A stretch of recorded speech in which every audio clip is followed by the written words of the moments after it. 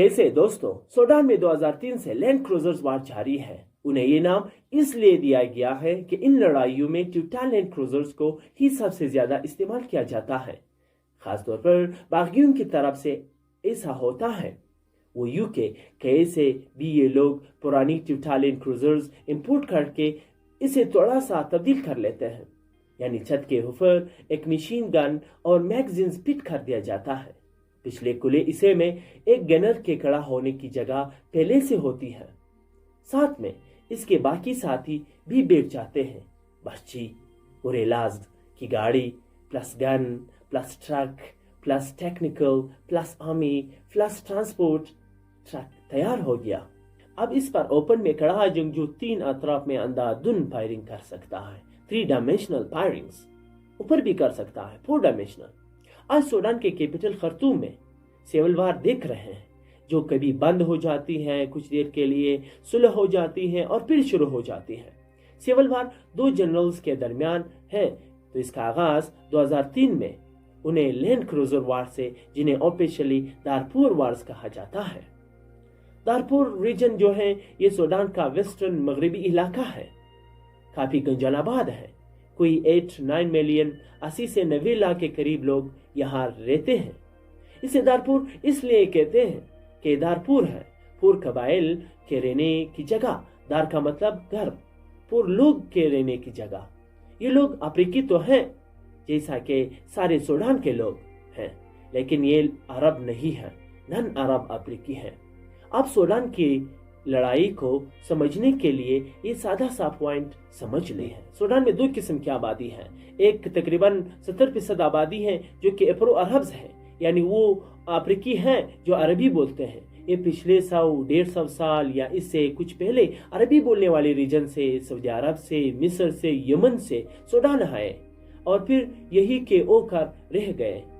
इनके नींद नक्श अफ्रीकी तो हैं, लेकिन इनका कम्प्लेक्शन थोड़ा अरबों से मिलता है।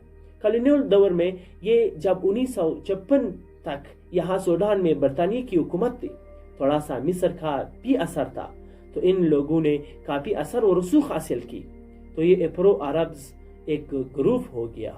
इसके बाद दूसरा ग्रुप नन अरब्स अफ्रीकन्स का है। ये वो नेटिव पुरानी अफ्रीकी है जो पुरानी मकामी जबानें बोलते हैं। सूडान में रहने की वजह से उन्हें कुछ अरबी आती तो है, क्योंकि ये वहाँ की कौमी जबान है, लेकिन ये अरब इलाकों से आए हुए नहीं है।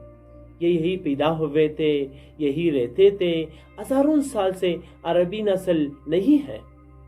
ये लोग सदियों से, हजारों साल से अफ्रीका में आबाद है।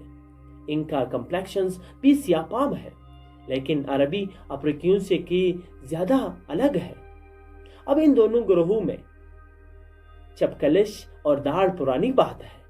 जब 1 जनवरी 1956 में अंग्रेजों ने अपना कब्जा खत्म किया, तो अब सूडान में पावर, ताकत इन 70% अरबी बोलने वाले अफ्रीकियों के हाथ में आ गई, क्योंकि इनकी आबादी ज्यादा थी, जबकि नन अरब्स अफ्रीकन्स अकलियत में चले गए।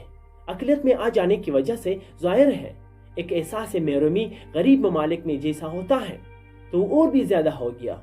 वो 12 करना शुरू हो गया।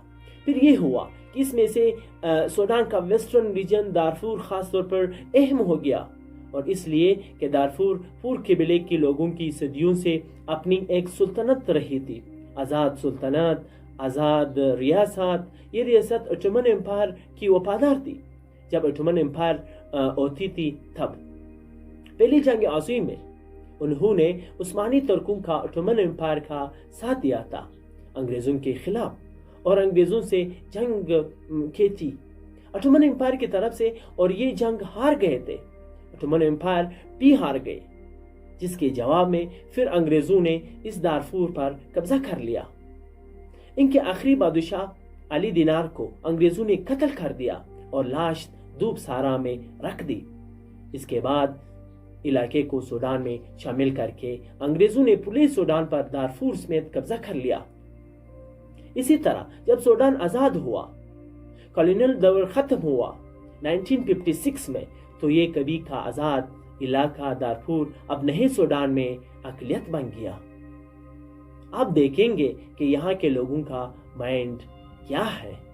لیکن وہ دنیا کی داستان چینل پر اگلے قسط میں بتائیں گے. ہمارے ساتھ رہیں.